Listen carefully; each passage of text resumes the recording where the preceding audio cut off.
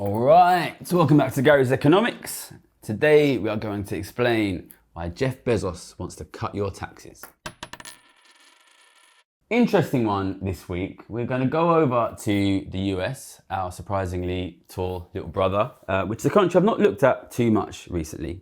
For a bit of context, the tax the super rich movement has been growing a lot in basically how much public attention it's been receiving in the US for a couple of reasons. Number one, they have a big vote on a tax on the super rich in California coming up in November. And number two, Zoran Mamdani has become mayor of New York, and he's aggressively trying to tax the rich, including bringing in a tax on unoccupied second homes in New York City. And this has really brought a lot of spotlight to the idea of tax the rich in the US. There's going to be a vote in November, and a lot of people, including the American very rich, are not happy about it. And Jeff Bezos, who is the world's fourth richest man with a wealth of approximately about $280 billion, did an interview for CNBC this week where he kind of argued that we shouldn't tax the rich. It's been talked about a lot in the press, especially over in the US. It's a really good opportunity for us to look at what Jeff Bezos is saying, understand why he is saying it, and basically understand like where we are at the moment in the kind of global fight against inequality for a fairer tax system, for fairer taxation of the super rich. What our strengths are, what our weaknesses are, how it's being attacked, and basically how we need to be smart and what we need to understand in order to get that fairer tax system that we need. Okay, so let's jump straight into the interview. Now, the headline moment was Jeff Bezos arguing that people on average salaries should pay less tax. Yeah, I started thinking about this and doing some research. A nurse in Queens who makes $75,000 a year pays more than $12,000 a year in taxes. Does that really make sense? So people talk about making the tax system more progressive. How about we start by having the nurse in Queens not pay taxes? Why is a nurse in Queens who makes $75,000 a year paying more than $1,000 a month in taxes? That's $1,000 a month that could help with rent or groceries or anything. Okay, so at the first glimpse, this might seem interesting. Why do we have a billionaire arguing for ordinary people to pay lower taxes? These are, at the moment we have a tax system where billionaires pay very low taxes, almost nothing, and ordinary people pay, if you add up all of their taxes, close to 50%. So it's a great tax system, balanced in favor of Jeff Bezos and other billionaires, but he's saying ordinary people should pay less tax. Okay, interesting, perhaps, surprising. Why is he saying that? Really, the answer is very, very simple. In order to know that, we just simply need to see the question that he was answering. So here is the question that Jeff Bezos was asked, and his response was cut taxes on teachers. But one of the topics that I thought we should talk about, and maybe even start with, is these days it feels almost impossible to pick up a newspaper without reading a headline about wealth in America, about the billionaire class, about wealth inequality and policy and everything else. And it's taken a uniquely critical turn, I think. And I'm so curious, before we even get into everything else, what you think about that right now. Okay, so the question was, delivered in quite a roundabout way by CNBC. Basically, everybody's talking about taxing the super rich. You are super rich. What do you think about it? And that is the question in response to which Jeff Bezos eventually got round to saying, I think that ordinary teachers should pay less tax.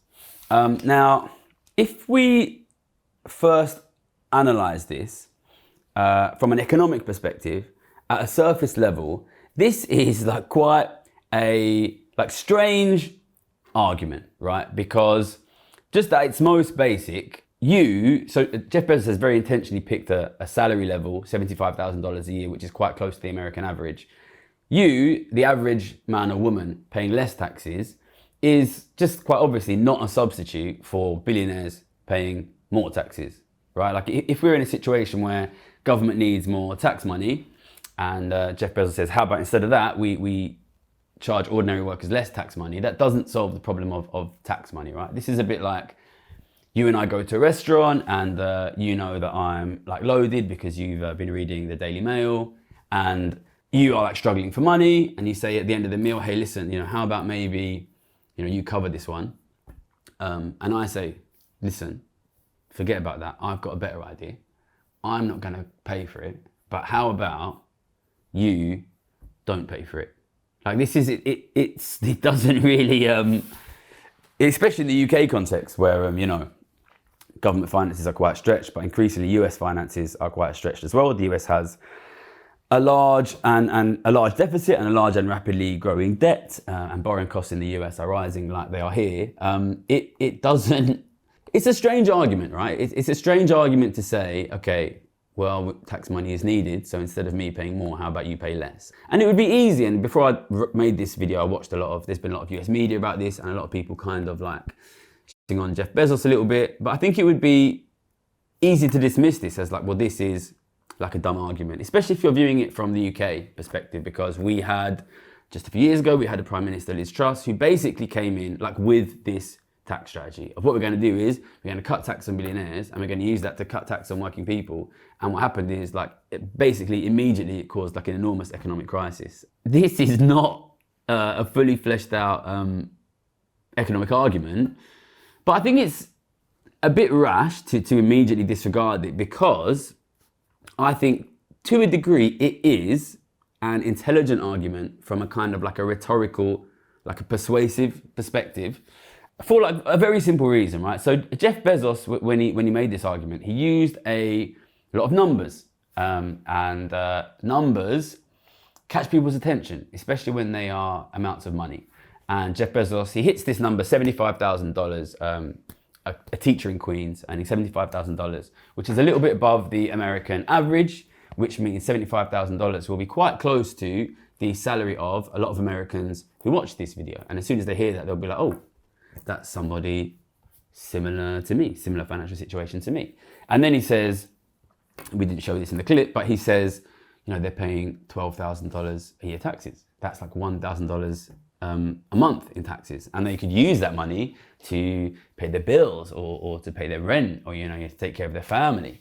And what he's doing there is he is using the persuasive power of money. And he's saying, well, listen, if you come with me, you can get this $1,000 a month. And wouldn't that be great? Wouldn't it be great if you could have $1,000 a month?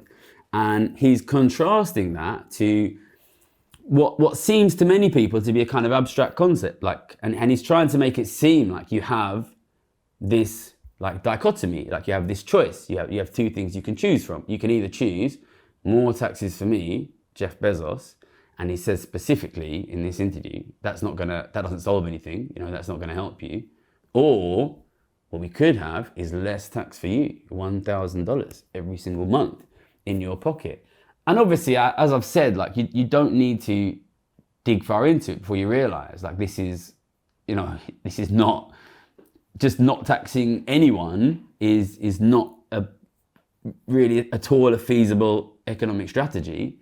But we live in a world where people, for better or worse, are a little bit obsessed with money. We live in a society which is obsessed with money. We live in an economy where a lot of people are struggling for money.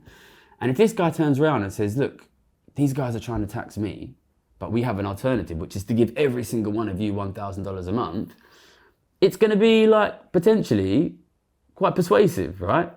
And when I saw it, like, it shouldn't be funny because it's like a really serious issue, and my whole channel is about this, but it is quite, what made me laugh about this is it immediately reminded me of like, this is how you distract like a child or a baby who is doing something that you don't like. You say to them, hey, look, do you want to use the iPad? You want to get some ice cream? You just switch the conversation immediately away from something you don't want the child to do. Don't tax me. And you say, oh, but if you do what I want, I'll give you $1,000 a month. And of course Jeff Bezos knows like he's probably not going to get this policy that he's demanding, but it doesn't matter because all he's trying to do is just distract you away from the thing that he doesn't want you to talk about by giving you this like alluring thing here, like who doesn't want $1,000 a month? Like that would be like fantastic, basically. And it takes advantage of like a lack of basically economics understanding. And I think this is the reason why I try so hard to like create a public that just has a basic understanding of basic economic ideas. I've done videos in the last couple of years. I did one saying like, forget about money. And the big idea for the forget about money video was forget about money because money's confusing. And the government can print money and it can do a lot of things, but what the government can't print is resources.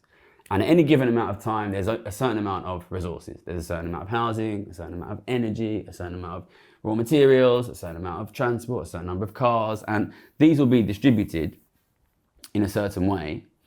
And when you understand that, you realize that this idea that Jeff Bezos is suggesting, how about you let me keep my money and then I will give you more money, is like kind of like a nonsense. We can't just like suddenly create more money, Jeff Bezos gets more money and you get more money. But I think it will appeal to some people. It's taken advantage of like a lack of economic understanding, this idea that like, there's an American movie from a few years ago called Idiocracy, which I actually tried to watch and I didn't think it was actually a great movie. But there's a great scene where, there's a guy who's running to be president and he says, well, what I'm going to do is I'm just going to give everybody more money. And he takes that sort of like machine gun, he starts like firing money into the audience. Because of course we can print out money. But at the end of the day, there is competition for real resources. We exist in economies where billionaires pay very low rates of tax. Jeff Bezos himself has paid, if you look at his life, he's worth about $280 billion. He's paid, I think, something like $8 billion of tax, which means on his lifetime income, he's paid something like 3% on his whole lifetime income. You're paying 50%. His class is getting aggressively richer. Your class is getting aggressively poorer. You don't know these things. And he's saying, listen, come with me. I'll get richer and you'll get richer. And what this plays on is basically the fact that we all hate tax. We all hate politicians. We all hate the media. And we're looking for somebody else who's going to save us, right? And I think this reminds me very much of basically what Elon Musk does and what Donald Trump does, where they portray themselves as, I'm not a politician, I'm a businessman, I know how to make money. Come with me, I'll get rich, I'll make you rich. And I think it would be too much to simply dismiss this, right? These guys, what they're trying to do is portray themselves as the sensible guys in the room, the guys who are smarter than the politicians. And really, they're kind of fishing, this is like $1,000 on the end of a hook. And they're hoping that you will bite that and you will accept a system which is aggressively impoverishing you. So when I see this, what it tells me is that obviously here in the UK, the voice of the wealth tax movement is me, and I am, a financial trader, and I run essentially this economics educational channel, and everything I do is about educating the public that if you don't want to get poorer, you have to tax the rich. But in other countries like the US, where I'm not such a well-known voice, a lot of the argument has been about fairness, has been about justice, and it is vulnerable to basically somebody who is a billionaire coming in and saying, no, ignore that. These guys are not talking about how to make you rich. I will make you rich. So I think the next thing you should recognize when you see this argument of let's not tax me more, let's tax working people less, is I think it highlights a little bit the stupidity in a way of the way we discuss tax in the media, which is we talk about we should tax this people more, this people less. And sometimes we talk about spending, we should do more of this spending or we should do less of that spending, without realizing that these things have to be funded, essentially. And people are only really able to come out with these sort of ridiculous suggestions, like let's just tax everybody less, because we don't connect the tax side and the spending side. And obviously there is also the option of borrowing more, or even printing money. But whenever you say we should cut taxes, you need to be clear, okay, where is that going to come from? Where is the money going to come from, basically, in whichever way? And this is why, from a couple of years ago now, we've really been pushing the tax wealth, not work message. Because even in this country, I think that from very, very early on, because people don't really understand the difference between like a billionaire and which is a billion is just an insane amount of money. It's like, it's really not in any way realistically obtainable to an ordinary person. Whereas a million is still maybe something you could get if you manage to get a good job or if you inherit a house from your parents. They use this confusion between a billionaire and a millionaire such that when somebody like me or somebody like Gabriel Zucman or somebody like Zoran Mamdani or Zach Belansky says increase tax on the very rich, they want you to think we're trying to tax you. And it's this classic bait and switch that when I say tax the super rich more, they say, watch out for Gary, he's trying to tax you more. And that is why I've been really aggressively focusing on this like tax wealth, not work message. Now, tax wealth, not work is, you know, although it's extremely concisely summarized, it is a coherent economic message because we take some money from this group and we give that money to this group. And it's like balanced from a government perspective. What Jeff Bezos is suggesting, which is tax me less and tax you less, it raises the obvious question of like, where does that money come from? I mean, what Jeff Bezos actually said was, should we tax you more? And he's like, don't talk about that. Let's tax the viewer less. And he's doing this thing which I often do in my interviews, which is when I'm being interviewed by someone who is maybe a bit of a dickhead, which happens sometimes, rather than debate the interviewer, who is often debating me in bad faith, jump over the interviewer, go to the audience and say, listen, I'm the one who is on your side, basically. And Jeff Bezos is doing this. But it has the obvious weakness of, where does the money come from? And the interviewer picks it up and says, okay, well, you want to tax ordinary people less. How about we fund that by taxing you more? Should you be paying higher taxes to pay for the 3% component part of this that you think is going to need to be paid for, if not more than that, given the debts we have? It's certainly a perfectly valid policy debate to say, do we want an even more progressive tax system? So, you know, the kind of the line that gets quoted all the time is, the wealthy should pay their fair share. Right. And we can argue about what the fair share is. That's a policy debate. That's okay. We actually have a spending problem, and that's a skills issue. I mean, let me give you an example. The New York City school system. Right. They spend $44,000 per student. 44,000. That's 30% more per student than other big cities like Chicago, LA, and Boston. If we ran Amazon the way New York City runs their school system, your packages would take 6 weeks to arrive. We'd have to charge you a $100 delivery fee. And then when the package did finally arrive, it'd have the wrong item in it anyway. So this is Jeff Bezos' next argument, which is, it's kind of the shallowness of his first argument, which is like, hey, let's just not tax anyone, is exposed pretty quickly. That was, I don't think you'll find any economists that say like this is like really feasible, just don't tax anyone. You'll struggle to find that working anywhere. So if you want to cut taxes on workers, which is what Jeff Bezos is really pushing, maybe we should tax you more, you Jeff Bezos. And then Jeff Bezos again throws the ball away. It's another distraction, which is like, no, actually, the real problem is a spending problem. And he uses this term, which he uses, I think he uses it 7 times in the whole interview, which is skills. He says it's a skills issue.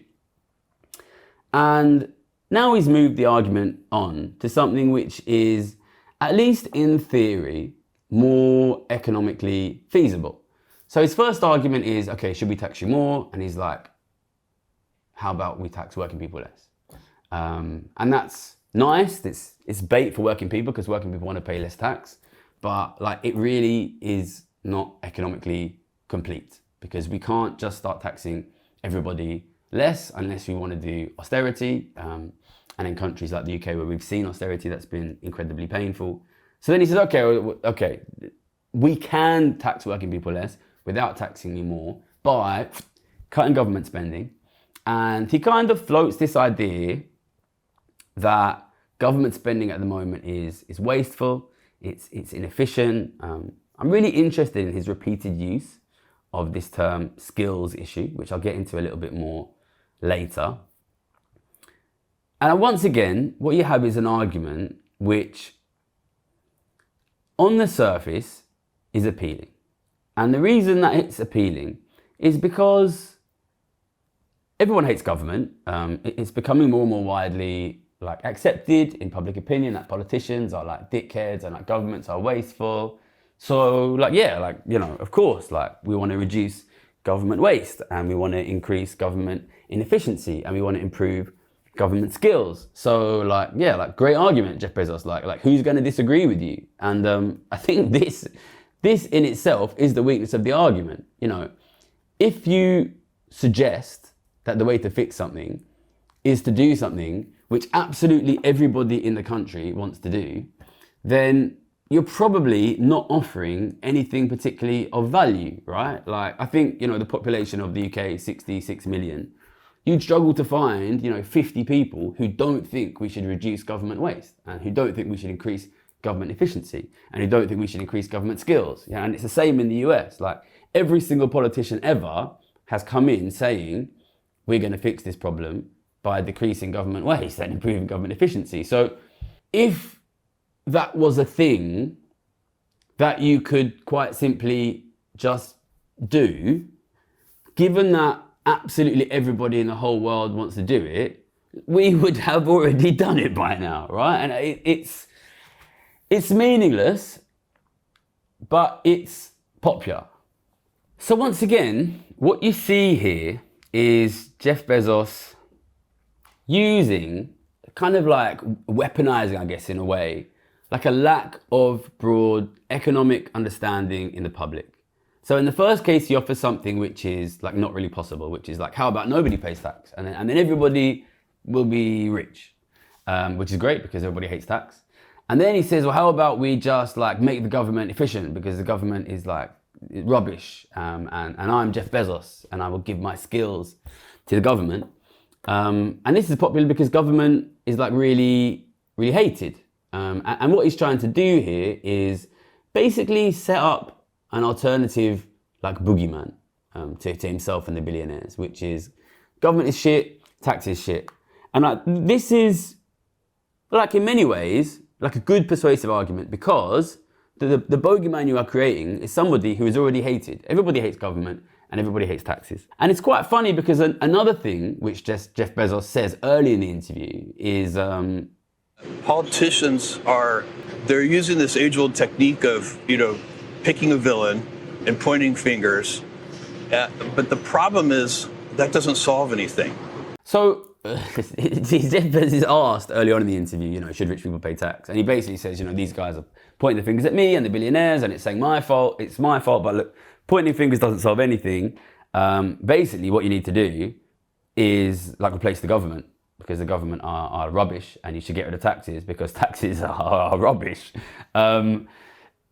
Which is pointing the fingers in a way that doesn't solve anything because the two things which you have suggested are one thing which is impossible, which is to cut taxes on everybody without reducing government services, and another thing which absolutely everybody ever has agreed with and tried to do and failed, which is to reduce government inefficiency.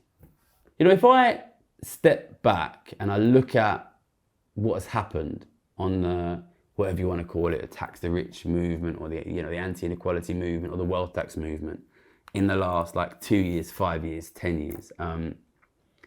If you'd have told me 10 years ago or 5 years ago or 2 years ago, we would be where we are now, where this issue is constantly one of the big issues in politics when the economy is discussed, where billionaires like Jeff Bezos would feel like they have to apply on it, where we're getting wealth taxes all over the world, even in countries which have right-wing governments. I wouldn't have believed you. But I think the one thing which I've been trying to provide, which we don't have enough of in other wealth tax movements around the world, is this clear, simple economic message, which is the reason your living standards are falling is because of growing inequality. And I think that is made clear by Jeff Bezos saying exactly that in this interview. that taxing me doesn't solve anything. It's not going to help that nurse in Queens. We need to make the case that it does.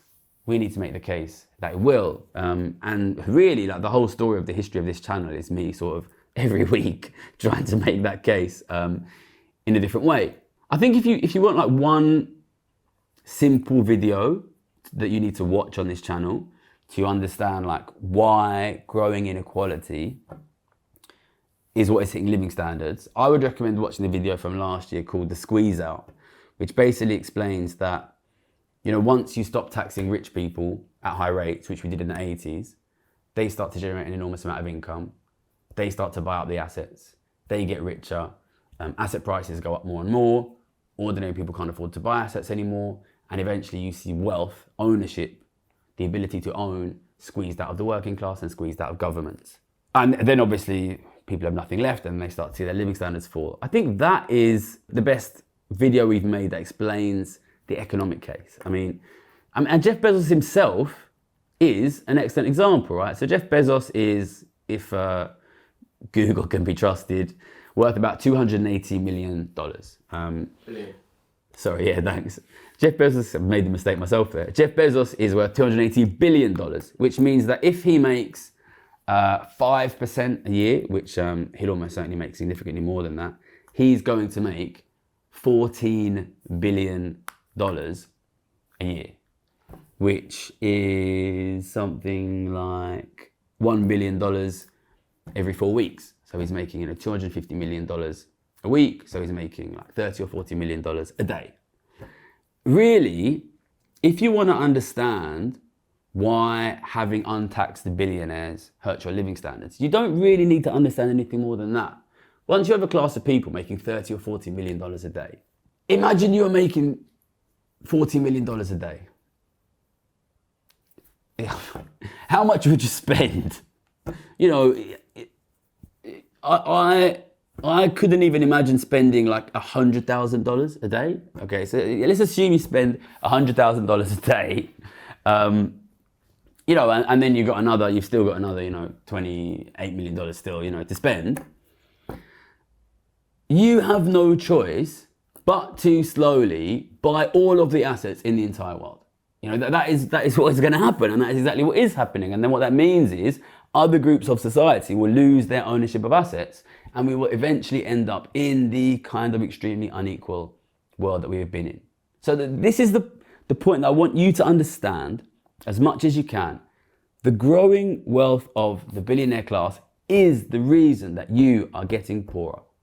This is the reason you can't afford a house. It's the reason your government wealth is collapsing. You know, these two things are the same thing. You cannot have one tiny minority of people that own everything and not have everybody else owning nothing.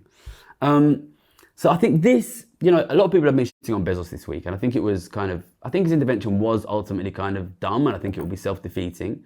But he's highlighted one really important thing. We need to, as much as possible, clarify, simplify, make clear the economic reasons why allowing the billionaires to be untaxed and to own everything will and is making ordinary people poorer. And I want to finish on one last bit of sort of business jargon, which Jeff Bezos taught me. So what did he say after he said, you know, Amazon could fix this? If we have a problem at Amazon, you know, the way we would fix it is we would go in and we'd do the 5 whys and we'd try to get to a root cause. We'd try to find a root fix. And then when we fix it at the root, you're fixing it forever. So did you know what the 5 whys are? The 5 whys? I had to look it up. The 5 whys is basically this idea. You have a problem, and I find it interesting as well. Basically, you just keep asking why, until you find the reason, which is, once again, exactly like what kids do. Jeff Bezos, a lot of similarities to a young child, it seems. So let's get into this, all right? Let's get into this 5 whys. Why can't you afford to buy a house? You know, what is the reason? You know, why is that happening? The answer to that, I think, is because you are increasingly competing with a class of unbelievably rich people who are making $30 million every single day for the ownership of the assets in the world. You know, if you look at the countries and the places in history where housing is affordable, They are countries that do not have incredibly wealthy billionaire classes, you know, like Europe in the period after the World War II. And if you look at the countries where housing is unaffordable, like now, these are places where you have these super wealthy billionaires. They're buying everything. Of course they're buying everything. It's not just housing that's getting expensive. Assets in general are becoming expensive because you're competing with billionaires. Okay, but the 5 whys, okay, we keep asking, okay, well, why? Why do we have a super wealthy billionaire class now when we didn't have that in the 50s and the 60s and the 70s and the 80s and the 90s when housing was much more affordable? Well, the answer is quite simply because in the 80s, we stopped taxing billionaires, effectively. We used to have very high rates of tax. In the golden age of capitalism after World War II, we had incredibly high rates of tax on the rich. In this country, I think we had 95% top income tax, 90% top inheritance tax on the very rich. And what that meant was rich people like Jeff Bezos were not able to do this thing where you have an enormous amount of income and you just reinvest it and reinvest it and reinvest it and you get compound interest and it grows exponentially and eventually I own the whole fucking world. Okay, so why did that happen? Why did we stop taxing the super rich in the 80s? The answer was because we lost an argument about tax and inequality and distribution. And people like Margaret Thatcher and Ronald Reagan managed to convince the public that not taxing billionaires would be good for them. And why did that happen? Because, quite simply, we forgot the thing which, you know, our grandparents and great-grandparents and great-great-grandparents understood, which was that distribution and inequality matters. You know, it's as simple as that. And I've said it time and time again. Now, if we have an intelligent, educated public that understand one simple thing, which is that if you allow inequality to grow rapidly, it will hurt living standards, then we will be 70, 80, 90% towards winning this battle. And I think that that is where we need to be. Whether you're here in the UK or in the US, giving all your money to Jeff Bezos, or in Germany, or in Australia, or in France, or in Italy, or Spain, or any of these countries, we need to be in a situation where if you go outside and pull your average man or woman off the street and say, why are living standards falling? The answer that the majority of them give you is because inequality is rising. Once we get to that situation, then we will be able to fix this problem. That is your answer to Jeff Bezos' 5 whys. And the truth is, and I almost don't believe myself saying this, we're getting there. We're getting there. We're getting there all around the world. You know, here in the UK, and I'll talk about this some more next week, we're going to get a new Prime Minister. It could be as soon as the next couple of months. It might take a year. But when that new Prime Minister comes in, they will really struggle to win the confidence of the public unless they deliver something on inequality. And the reason for that is quite simply because the British public understands now that if you don't act on inequality, their living standards will fall. And I've been all across the world, you know, in the last year or so. I've been, obviously, Australia, New Zealand. We had Gabriel Zuckman here from France last week. You know, but I've been to Italy and Portugal and Sweden and Norway, and people are starting to understand this all over the world. And we are reaching a situation where when even a right-wing government, you know, comes in Hungary, they have no choice but to take action on inequality. And, you know, I think it's amazing the progress that we've made. But the fact that Bezos feels that he can come out on TV and say, taxing me is not going to help you, shows that we have more distance to go. We need to make that clear message for the public to understand, of course it affects us. Of course it affects us. If we allow a class like you to own everything, then we will go back to where we were in Europe 300, 400, 500 years ago, where the whole fucking world is owned by like 20 guys and the rest of us live in desperate poverty. You know, this is part of the foundation of America, this idea that you cannot have, you know, all of the wealth owned by a few people. But also, when I see Jeff Bezos come out, it gives me hope, to be honest. Because, you know, when I first started working on inequalities, 2011 is when I first started working on it. Like, nobody was interested in this. And we've been pushing it, you know, people like me and Gabriel Zuckman, but also the guys, so many different people all across the world that have done great work on this. It reaches the point now where the fourth richest man on the world, feels like he needs to go on YouTube and chat a load of bullshit to fight people like us, to fight people like you, to stop you from getting your fair share of the pie. And there's this famous quote, which is probably not real quote, which is, first they ignore you, then they laugh at you, then they fight you, then you win. And I've been doing this work for 15 years now. And the truth is I was ignored for probably about 12 and a half of those years. And even if you look at, I mention it so often, but when Zach Polanski went on the Richest Politics and they pointed him and laughed at him essentially and said, oh, what are you talking about? You're an idiot. There's no economists, And then we go and pull out 7 Nobel Prize winning economists, and Gabriel Zuckman from France and say, listen, we've got them. We've got the economists. We're winning. Jeff Bezos is a very wealthy man and he's not going to waste his time and his money buying newspapers and coming out on TV and arguing he shouldn't be taxed unless we were winning. We forced them into this. And when I see these guys coming out and putting themselves on the front lines, kind of stupidly, to be honest. Jeff Bezos trying to make himself like the voice on opposing wealth taxes, I think is kind of stupid. But it shows them that we've got them backed into a corner here. And I didn't believe this for years and years and years and years and years. But the fact is, I do think we're going to win. I do think we're going to win. But we can't be complacent. When Jeff Bezos comes out and makes those arguments, we do need to understand that some people are going to listen to that. We cannot let the billionaires be the voice of aspiration.